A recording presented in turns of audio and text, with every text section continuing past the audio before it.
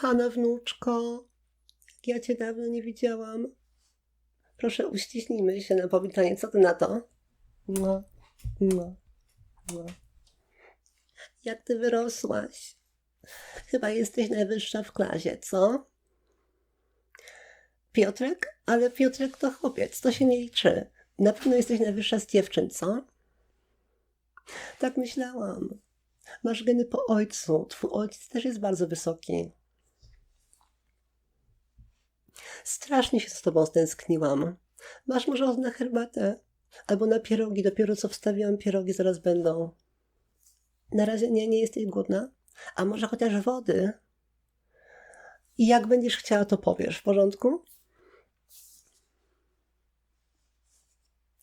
Jejku, pamiętam, kiedy jeszcze cię nosiłam na rękach, a teraz jesteś już taka dorosła. Do której klasy chodzisz? To ty już jesteś prawie dorosła. Wiesz co? Kiedy byłam dokładnie w twoim wieku, moja mama po raz pierwszy pokazała mi makijaż. Pokazała mi wszystkie makijażowe sztuczki i triki, które należy znać, żeby móc aplikować ładny makijaż.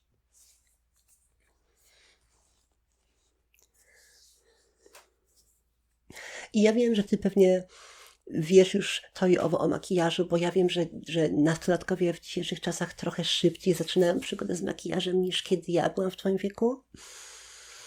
Tak, kiedy ja chodziłam do liceum, to jeszcze nie było, że tak powiem, powszechne, żeby dziewczynki malowały się do szkoły.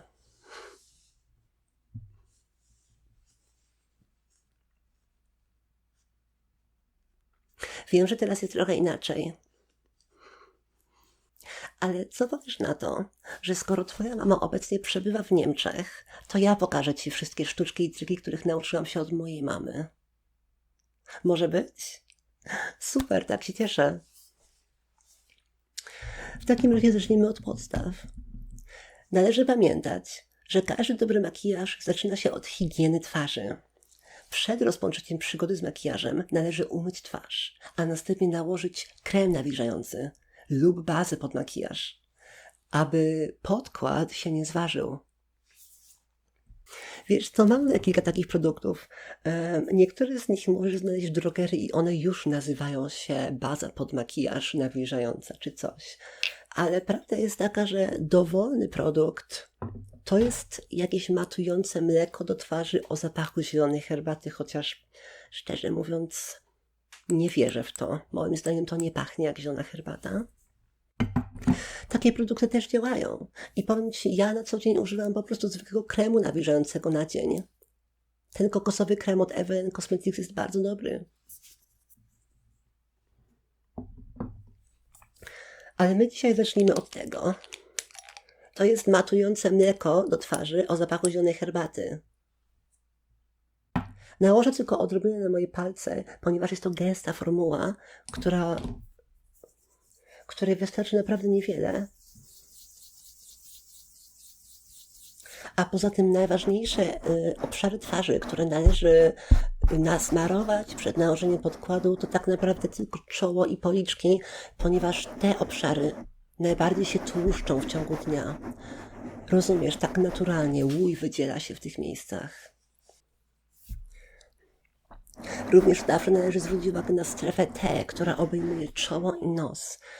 W dzisiejszych czasach się tak mówi, aczkolwiek kiedy ja byłem w twoim wieku, nikt nie mówił strefa T.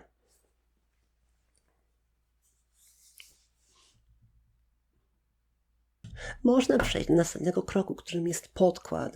Ja mam tutaj taki z Rossmana podkład Maybelline Fit, aczkolwiek mam również taki inny od Evelyn Cosmetics Better Than Perfect i powiem ci, że one mają praktycznie ten sam kolor, ponieważ obu używam ja na co dzień, ale wydaje mi się, że na tobie też będą wyglądać dobrze. Tak mi się wydaje, dlatego powiedz mi, który z nich wolisz. To praktycznie nie ma znaczenia, oba są dobre. Ten w porządku.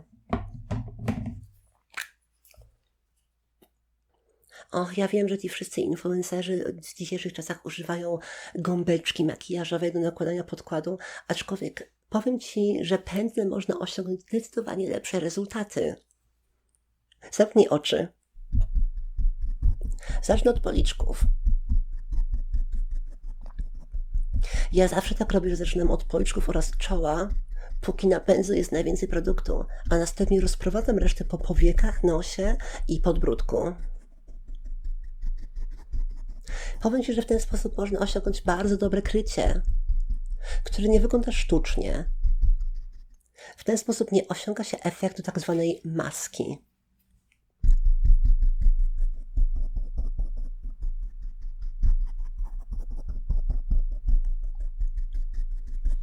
Super. I teraz bardzo szybko, dopóki podkład jest jeszcze mokry na twojej twarzy i klejący, należy go przypudrować. Użyłam w tym celu takiego pudru w kompakcie z lusterkiem oraz grubego pędzla. Niektóre osoby używają tego gąbeczki i to jest w porządku, wiesz, ale powiem ci, jakoś pędzlem osobiście łatwiej mi jest uzyskać taką precyzję i nałożyć puder w miejscach, w których tego chcę. Dobrze jest zawsze wystukać pędzel o wieczko, żeby pozbyć się nadmiaru produktu z pędzla, zanim nałożysz go na twarz. Ok, a teraz zamknij oczy.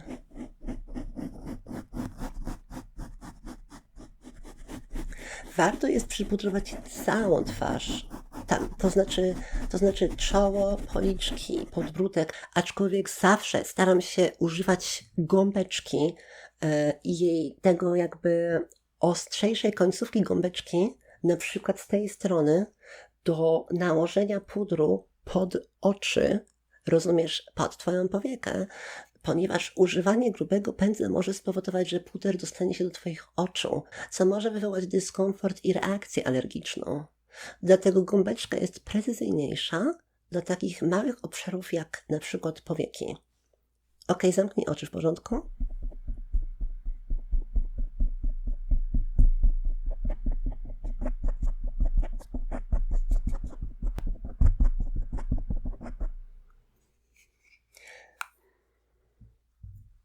Wyglądasz świetnie. To jest naprawdę dobra baza. I w tym momencie powiem ci, wnuczko, że rozpoczyna się prawdziwa frajda, ponieważ z tego miejsca możemy zrobić praktycznie wszystko, co tylko chcemy. Możemy teraz przejść do oczu, makijażu oczu, do konturu twarzy, do makijażu nosa, do makijażu warg oraz brwi. Co takiego? A rozumiem, że nie chcesz mieć brwi na co dzień. No dobrze, skoro taka moda. Powiem ci, że u mnie w liceum za moich czasów to by nie przeszło, bo żaden chłopiec nie chciałby mieć dziewczyny bez brwi. Aczkolwiek ja rozumiem, że w dzisiejszych czasach to jest trochę inaczej.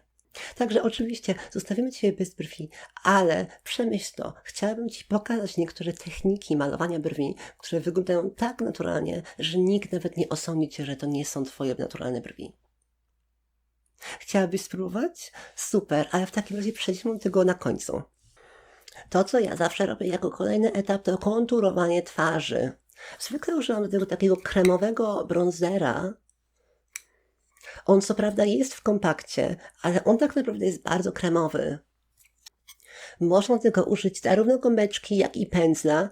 I powiem Ci, że ja lubię używać gąbeczki ze względu na to, jak tłusty jest ten produkt. Taki tłusty produkt może czasami zakleić pędzel i on będzie nadawać się do umycia po jednym użyciu. I prawda jest taka, że powinno się częściej myć pędzle, aczkolwiek realia są takie, że dziewczynom się po prostu nie chce. I ja to rozumiem. Mi też się nie chce myć pędzli po każdym użyciu. Wiesz, gorzej jest z takimi mokrymi i kremowymi produktami, jak na przykład podkład lub bronzer. Aczkolwiek powiem Ci, że pędzle do pudru, one długo mogą być używane, zanim będziesz musiała je umyć. Także ja lubię inną stroną, nie tą płaską, ponieważ jeśli nałożysz bronzer na płaską stronę, ona ma za dużą średnicę, rozumiesz? A żeby nałożyć efektowny bronzer twarzy, należy użyć na przykład tej najdłuższej bocznej ścianki gąbeczki. Ja zwykle uderzam gąbeczką w bronzer kilka razy, żeby nabrać produkt, a wtedy rozpoczynam nakładanie od zewnętrznej części twarzy, to znaczy od zewnętrznej części policzków przy Twoim uchu i następnie rozmywam bronzer delikatnie, blendując go z podkładem do środka twarzy. W ten sposób można uzyskać naprawdę ostrą kość policzkową. A wiem, że wszyscy chłopcy lubią ostre kości policzkowe. Kojarzysz coś takiego jak buccal fat removal? No właśnie, słyszałaś. Dobrze, teraz po drugiej stronie zrobię to samo. Powiem Ci, że symetria w makijażu to najważniejszy element. Naprawdę najważniejszy. Chyba że robisz taki celowo artystyczny, graficzny eyeliner, który ma nie być symetryczny, aczkolwiek baza musi być symetryczna, skarbie. Musisz się naprawdę postarać.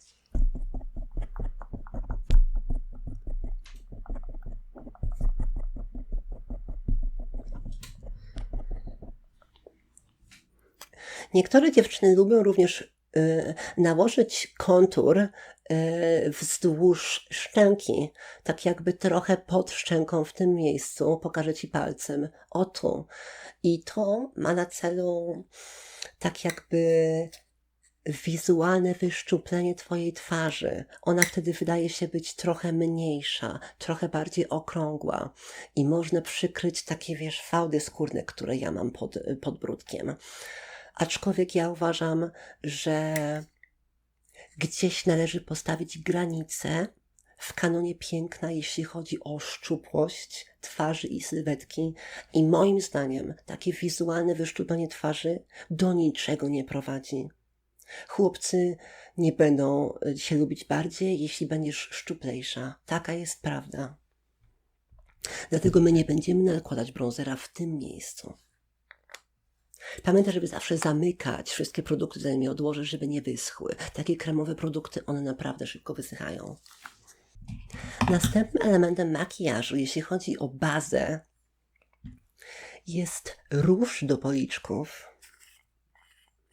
I powiem Ci, że to jest najbardziej wybaczający produkt ze wszystkich. Róż do policzków można nałożyć na 1000 różnych sposobów. I można kierować się Twoim naturalnym kształtem twarzy, ponieważ osoby, które mają trochę bardziej pulchną twarz, tak jakby, wiadomo, to nie są jakieś rygorystyczne reguły, ale zaleca im się nakładanie różu na środkową część twarzy bardziej niż zewnętrzną, aby uwydatnić ich piękne policzki, a z kolei osoby o szczupłych, długich twarzach, im zaleca się, aby nakładać róż po zewnętrznej części twarzy, trochę jak widzisz u mnie. Aczkolwiek z różem do policzków prawda jest taka, że wystarczy, że wyczujesz Twój osobisty styl, jak Tobie się podoba. I powiem Ci, że różu nigdy za wiele. Róż dodaje Ci tak jakby takie naturalne piękno, takie realistyczne, słodkie piękno, ponieważ róż do policzków daje trochę taką symulację zdrowia. Rozumiesz, nie jesteś blada, jesteś zaróżowiona, jesteś żywa, uprawiasz sport, przebywasz na słońcu. W takich sytuacjach pojawia się naturalnie róż na policzkach, ale można go również nałożyć, aby utrzymać go przez cały dzień i to wygląda naprawdę fajnie. Pokażę Ci.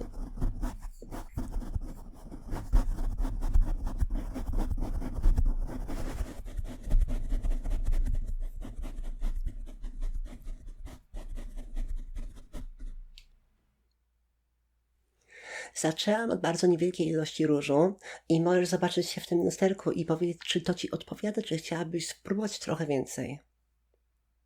Chciałabyś spróbować więcej? Rozumiem. Myślę, że masz to po mamie i powiem Ci, myślę, że Twoja mama ma to po mnie.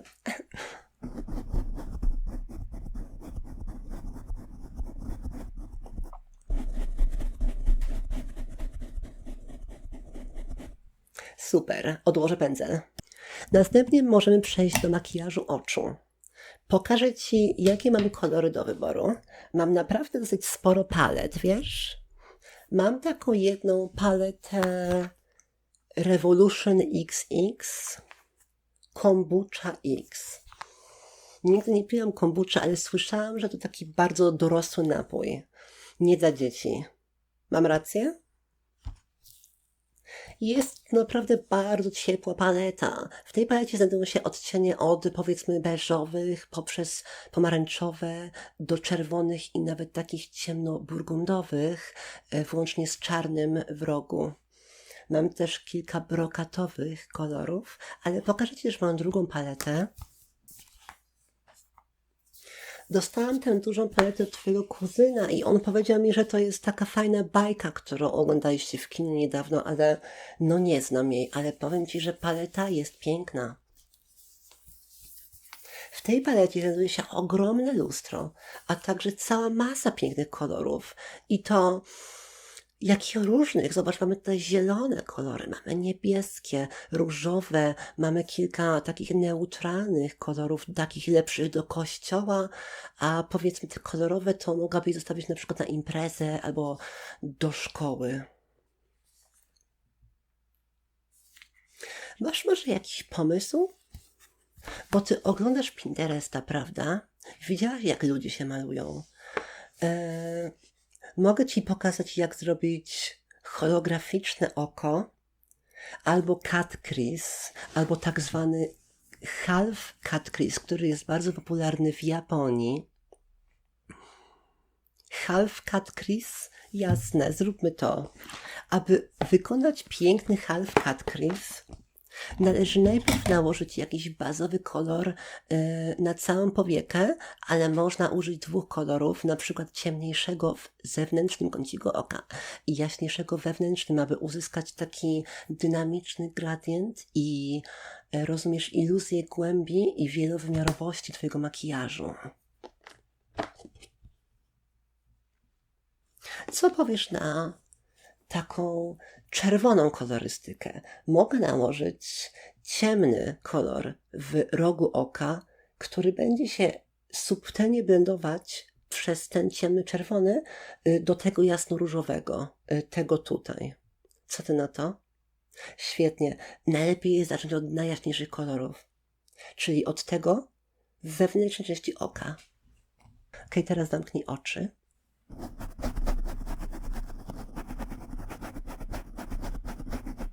Zaczynam nakładanie pudru od kącika oka w tym miejscu na wskroś Twojej powieki, ale nie idę tak jakby do końca. Nie dochodzę do Twojego łuku bryłowego, ponieważ tam nałożymy inny kolor, rozumiesz?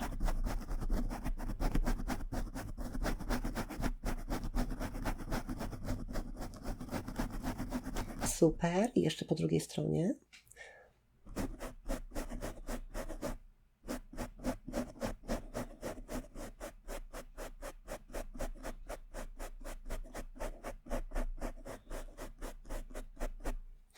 Fantastycznie.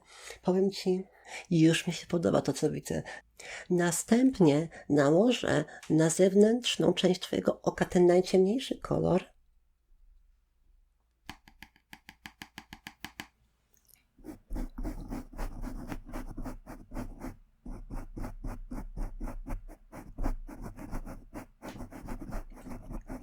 Zewnętrznym kolorem można wyjechać trochę poza łuk brwiowy i nic się nie stanie. To w ten sposób można uzyskać efekt większego oka niż tak naprawdę masz. Teraz po drugiej stronie.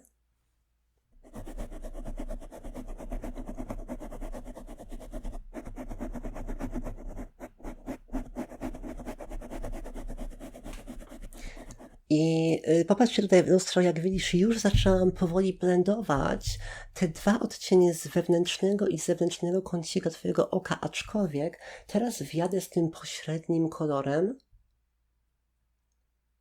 i nałożę go na to przejście pomiędzy dwoma kolorami pośrodku Twojego oka, aby jeszcze bardziej zblendować i znaturalizować to przejście.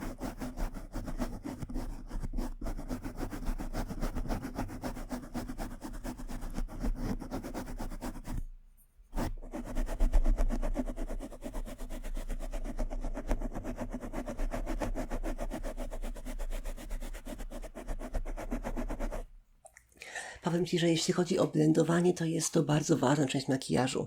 Aczkolwiek są takie metody, żeby na przykład celowo zostawić dosyć ostry kontur nosa lub policzków w celu uzyskania takiej jakby ostrości, takiej ostrej kości, bardzo ostrego nosa albo szczupłej kości policzkowej. Aczkolwiek jeśli chodzi o oczy, to powiem Ci, że dobrze jest blendować, szczególnie w obrębie powieki. Teraz, kiedy podstawa Twoich oczu jest już zrobiona, należy wziąć korektor do twarzy i płaski pędzel, na przykład taki, i nałożyć korektor tak jakby w obrębie Twojej powieki, ale niżej i mniej niż wyjechaliśmy z cieniem. Tak jakby odrestaurować Twoją naturalną powiekę. I kiedy robi się full cut crease, należy odmalować powiekę na całej szerokości od wewnątrz do zewnątrz, aczkolwiek kiedy robimy ten japoński half cut crease, należy zacząć od wewnętrznej części oka i zblendować ten cut crease tak, aby gradientowo połączył się z tym cieniem, który dopiero nałożyliśmy. Niektóre osoby od razu używają tego aplikatora do nałożenia produktu na oczy, aczkolwiek ja wolę go przenieść na pędzel, ponieważ wtedy mamy większą precyzję, jeśli chodzi o położenie produktu na powiece.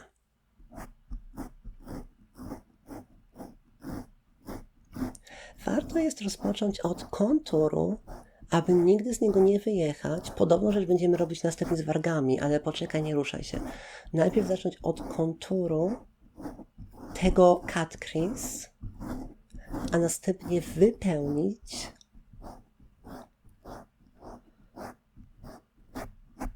i zblendować, póki mamy mało produktu, z cieniem.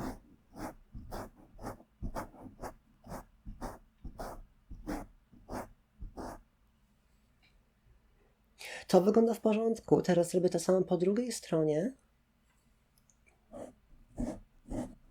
I znowu zaczynam od konturu Twojego cut crease, żeby mieć pewność, że jest prosty, kolisty i żeby nie wyjechać. A teraz go wypełnię.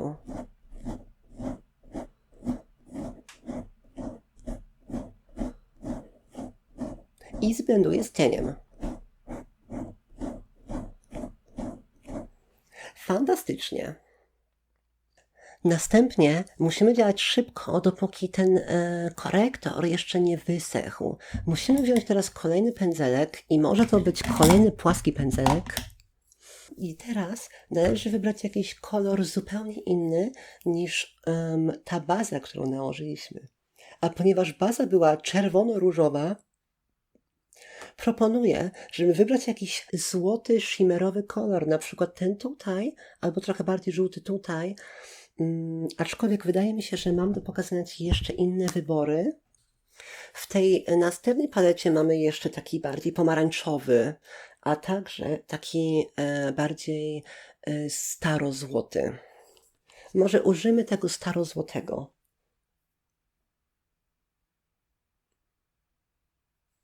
Bardzo hojnie nałożyłam produkt na pędzel, a następnie nacisnę go w ten cut crease, który dopiero namalowaliśmy, ponieważ jeśli chodzi o shimmerowe kolory, najlepszą techniką jest naciskanie, a nie poruszanie pędzelkiem, żeby nałożyć ten produkt.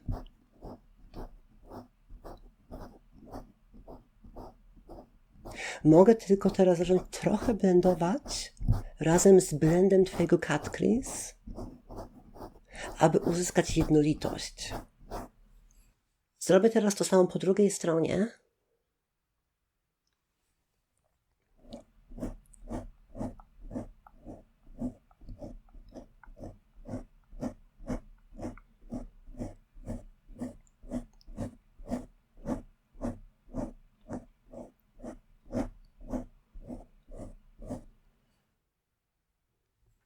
To wygląda fantastycznie I możemy zostawić ten cut crease tak jak jest, aczkolwiek niektóre osoby lubią odciąć cut crease jeszcze bardziej poprzez zastosowanie czarnego cienia na bardzo, bardzo cienkim pędzlu w celu obrysowania tego cut crease. Niektóre osoby używają w tym celu czarnego eyelinera lub brokatowego eyelinera, ale brokatowy eyeliner byłby lepszy, gdybyśmy nie nakładali shimmeru na Twoją powiekę, aczkolwiek zrobiliśmy to, więc tutaj brokatowy eyeliner to już by była przesada. Możemy nałożyć czarny eyeliner lub czarny cień do powiek i minimalnie go zblendować, ale tylko jeśli chcesz. Powiedz mi, jak Ci się podoba, popatrz się do lusterka. Chciałabyś spróbować? Rozumiem. W takim razie wybrałam najcieńszy pędzel, jaki mam i nałożę teraz tylko odrobinę ciemnego pudru na końcówkę pędzla i obrysuję delikatnie ten cut crease, który narysowałam wcześniej. Najważniejsze jest, żeby zacząć od wewnątrz, póki masz pędzelek pełen produktu i zacząć blendować go od wewnątrz, a następnie powoli poruszać się w kierunku zewnętrznym, ponieważ to nie jest pełny cut crease, jest to half cut crease i nie możemy obrysować go do końca. Musimy zblendować ten kontur w taki sam sposób, jak blendowaliśmy cut crease.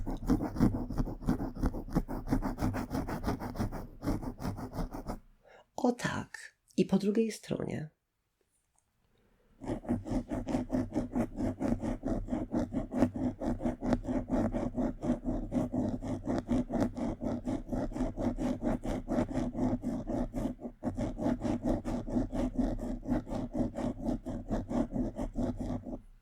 Fantastycznie.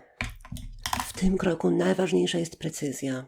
A powiem Ci, robię to już od tylu lat, że powiem Ci, nie brakuje mi precyzji, jeśli mogę tak skromnie powiedzieć o sobie. Następnym krokiem może być nałożenie eyelinera i powiem Ci, jest na to również bardzo wiele sposobów. Gdybyśmy zrobili trochę bardziej stonowany makijaż, taki powiedzmy, taki do kościoła, wtedy moglibyśmy nałożyć naprawdę duże skrzydełko, które wychodziłoby poza krawędź Twojego oka i powodowało, że wydawałaby się taka bardziej kocia i drapieżna, aczkolwiek ten half cut crease, który wykonaliśmy, jest już bardzo, powiedziałabym, jest taki bardzo ikoniczny i wystrzałowy, dlatego proponuję, aby pozostać przy małym skrzydełku. Narysuję Ci bardzo małe skrzydełko w kąciku oka, które zblenduje się perfekcyjnie z Twoimi rzęsami i nie zrobię na razie nic więcej i powiesz mi, czy Ci się podoba.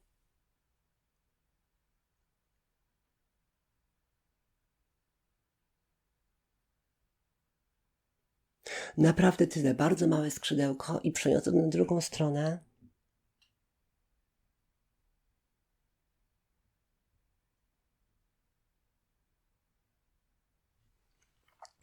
I kochana wnuczko, popatrz się teraz w lusterko i powiedz mi, czy chciałabyś większy eyeliner, czy może być? Jeśli mogłabym Ci coś poradzić, to w tym przypadku gigantyczny, ikoniczny eyeliner mógłby walczyć o uwagę z Twoim pięknym, dokładnym, precyzyjnym half cut crease'em i to nie jest najlepsza taktyka. Powiem Ci, w makijażu warto jest, aby skupić uwagę, wiesz, chłopców na pewnym elemencie Twojego wizerunku, na przykład w momencie, kiedy robisz bardziej subtelny makijaż, na przykład do kościoła, wtedy mogłabyś zrobić bardziej zjawiskowe wargi. Następne, co chciałabym zrobić, to nałożyć maskarę na Twoje rzęsy, ponieważ jesteś jeszcze bardzo młoda i ja widzę, że Twoje rzęsy są naprawdę gęste. Powiem Ci, że w moim wieku to już jest trochę gorzej z tym. Są trochę mniej kształtne, są trochę rzadsze i tracą swój kolor. Aczkolwiek Twoje rzęsy są naprawdę bardzo kształtne i gęste, dlatego nie będziemy dzisiaj naklejać sztucznych rzęs, aczkolwiek chciałabym pomalować Twoje rzęsy czarną maskarą, żeby jeszcze bardziej uwydatnić ich długość i naturalne piękno. Kiedy będę robić taki Ruch szczoteczką po Twoich rzęsach, widzę, że właśnie dobrze robisz, mrugasz. To jest naturalny odruch oczu, ponieważ trudno jest utrzymać oczy otwarte podczas tego, ale warto jest właśnie mrugać podczas ruchu różdżką maskary. Powiem Ci, nauczysz się robić to sama. Ja wiem, że to nie jest takie proste z tym odruchem powiek, który zamyka Ci oczy, kiedy coś się zbliża, ale to przyjdzie z doświadczeniem. Wiesz, zaufaj mi. Moje początki też były trudne.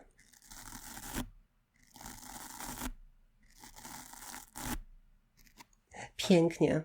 Jest naprawdę pięknie. Powiem Ci, wnuczko, że jeszcze nie skończyliśmy procesu, ale już mi się podoba to, co widzę. Naprawdę. Wyglądasz przepięknie. Następne, co chcę zrobić, to użyć takiej kremowej, białej kredki do oczu i pomimo, że jest to forma kredki, jak do rysowania po papierze, to tak naprawdę ten produkt jest bardzo kremowy, prawie jak pomada. I jego nakłada się na linię wodną dolną Twojego oka, żeby je wizualnie powiększyć, bo wtedy będzie się odnosić wrażenie, że białko Twojego oka wystaje jeszcze bardziej poza naturalną granicę oka i po prostu będzie większe. I jest to fajny efekt, pokażę Ci, ale musisz być naprawdę teraz stabilna i spokojna.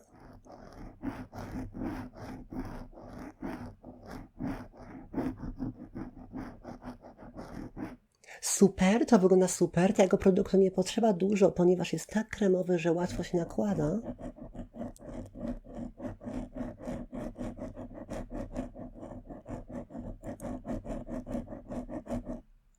Fantastycznie. To wygląda naprawdę fantastycznie. Myślę, że na tym etapie możemy skończyć Twój makijaż oczu i przejść do ust lub brwi. Możemy teraz przejść do warg albo brwi. No chyba, że jednak ostatecznie nie chcesz mieć brwi. Chciałabyś spróbować? Jasne, pokażę Ci. Aby narysować naturalnie wyglądające brwi, dobrze jest skorzystać z produktu, który jest trochę tłustszy. Możesz użyć do tego cieni do powiek, aczkolwiek ja wolę używać do tego jakiejś pomady, maski albo żelowego produktu, który łatwiej naniesie się na Twoją skórę i będzie bardziej jednolity, ponieważ kiedy używasz pudru, może się zdarzyć, że nałożysz produkt niejednolicie i będzie trudno to zblendować w obrębie brwi i możesz wtedy przypadkowo wyblendować Twoją brew na zewnątrz konturu brwi, który chciałabyś uzyskać i to wtedy wygląda po prostu dziwnie. Dlatego ja użyję kremowego produktu i zacznę rysować obrys Twoich brwi. Tutaj możemy pójść w taki kicz, jaki tylko chcemy, albo w naturalne piękno. I ja tym razem pójdę w naturalne piękno. Zrobię Ci dosyć łagodny łuk, który nie wyraża zbyt wielu emocji, żebyś mogła sama manipulować tymi emocjami. Aczkolwiek powiem Ci, że niektóre kobiety lubią stworzyć sobie ekstremalnie grube brwi, aby wyglądać na bardziej takie surowe w miejscu pracy i być brane na poważnie, lub bardzo takie wychylone, łukowe brwi, które mają im nadać trochę większego szyku i powabu, aczkolwiek ja nie uważam, że taki kształt brwi osiąga taki efekt. Ja uważam, że jest to kiczowate i nigdy tak nie robię. I jest to tylko baza w tej chwili. Nałożę również produkt po drugiej stronie twarzy. I nie przejmuj się, na razie nie patrz się do lustra, ponieważ jest to tylko baza. A mając taką ładną bazę do brwi, następnie możemy wziąć taki ekstremalnie cienki pędzel i wybrać trochę ciemniejszy kolor niż wykorzystaliśmy do kreacji bazy brwi i zacząć rysować pojedyncze włoski. I ponownie, kiedy używasz kremowego produktu, on będzie lepiej wyglądać, on będzie bardziej jednolity, starczy Ci na dłużej, zanim będziesz musiała drugi raz zamoczyć pędzel. i po prostu twoje brwi będą naturalnie wyglądały, a z takimi pojedynczymi włoskami iluzja jest naprawdę zjawiskowa. Zrobię to samo po drugiej stronie.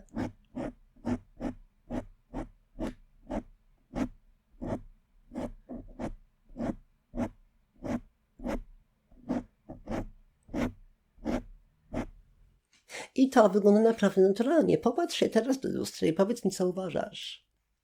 Fajnie, co nie? Aczkolwiek rozumiem, jeśli na co dzień wolisz być bez brwi. Bez nich również wyglądałaś przepięknie. Aczkolwiek chciałam Ci pokazać, jak ja robię moje brwi. Następnym krokiem są wargi. Możemy obrysować Ci wargi, aby mieć pewność, że nie wyjedziemy poza kontur podczas aplikacji pomadki. Niektóre dziewczęta lubią wyjechać poza naturalny obrys warg, żeby je optycznie powiększyć, ale ja proponuję, żeby w tym wypadku pozostać przy Twoich naturalnych granicach warg.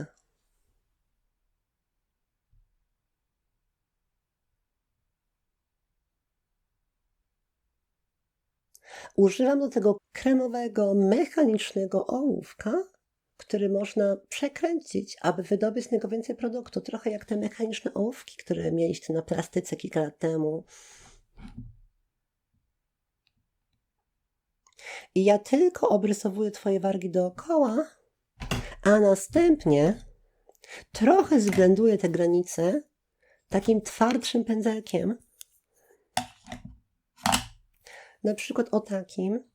Trochę zblenduję je do wewnątrz Twoich warg, żeby ta granica Twoich warg nie odznaczała się jakoś zbyt wyraźnie, jeśli chodzi o wnętrze warg, bo zewnątrz dobrze jest.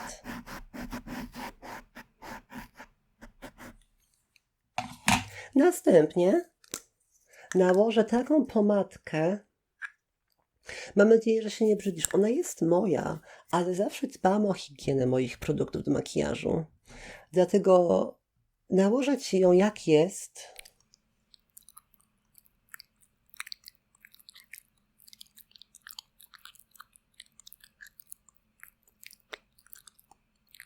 Jest to taka naturalna pomadka z trochę połyskliwym finiszem, jakby nie jest bardzo lśniąca, jest naturalna i powiem Ci taki sekret, którego mało który beauty influencer używa na YouTubie, z tego co widziałam, to podczas kiedy Twoje usta są jeszcze klejące od pomadki, możesz nałożyć inny pudrowy produkt, taki jak cień do powiek, aby trochę zmienić barwę Twojej pomadki, którą nałożyłaś. I ja czasami lubię dodać sobie trochę złota na wierzch ust, ale nie za dużo. I to spowoduje, że Twoje usta będą takie bogatsze, takie przepiękne, takie naprawdę jak złoto, aczkolwiek nie będą takie lśniące i klejące, jak gdybyś użyła klejącego błyszczyka do ust. Nałożę Ci tylko odrobinę cienia w tym kolorze różowego złota, ale naprawdę niewielką ilość na Twoją górną wargę i trochę na dolną, ale bardziej na górną. I naprawdę tylko trochę, już wystarczy. I popatrz się w lustrze, jakie Twoje usta są połyskliwe z różnych stron, kiedy obracasz głową. Podoba Ci się? Bardzo się cieszę. Powiem Ci, że skończyliśmy już taką naprawdę podstawową zabawę makijażową. Mam tutaj jeszcze kilka innych produktów, takich jak konturówka. To jest ciemna konturówka, którą można stworzyć smoky eyeliner. Mamy tutaj również ołówek do brwi, ale my użyliśmy pomady. Tutaj mam na przykład taki fioletowy eyeliner, który może być równie dobrze wykorzystywany jako obrys warg, jeśli jesteś nastrojony na coś takiego szalonego, neonowego. Czasami go używam. Tutaj mam również inny kolor pomadki, ale zdecydowałam się na tamten, ponieważ myślałam, że będzie lepszy. Ten jest trochę nachalny.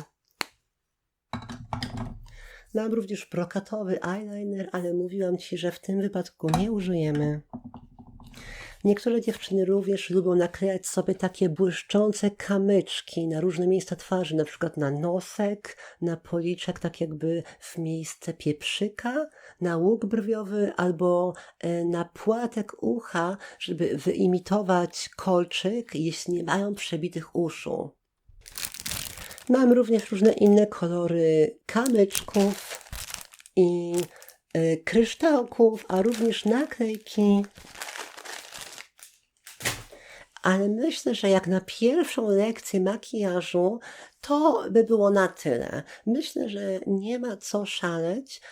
Twój makijaż już jest naprawdę zjawiskowy. Nie dodawałabym tutaj nic więcej oprócz tego szpreja setującego. Powiem Ci, po angielsku mówi się setting spray, ale ja w sumie nie wiem, jakby to powiedzieć po polsku. Na opakowaniu jest napisane mgiełka do twarzy, także użyjemy tego teraz. Zamknij oczy, a ja popryskam Cię dookoła. Teraz trochę trzeba się powachlować, aby ta mgiełka się wysuszyła i dzięki tej mgiełce Twój makijaż będzie bardziej stabilny w ciągu dnia, nie rozjedzie się, nie spocisz się pod nim i po prostu pozostanie piękniejszy i bardziej precyzyjny na dłużej, ponieważ rozumiesz, pod spodem, pomimo że nałożyliśmy krem nawilżający na samym początku zabawy makijażowej, Twoja twarz naturalnie wydziela różne fluidy, takie jak łój, po prostu rozumiesz, na czole. I to powoduje, że makijaż może się przez następne kilka godzin trochę rozjechać, roztopić i po prostu stać się brzydki, aczkolwiek taka mgiełka setująca, ona naprawdę pomaga, żeby zachować piękny makijaż przez cały dzień i noc.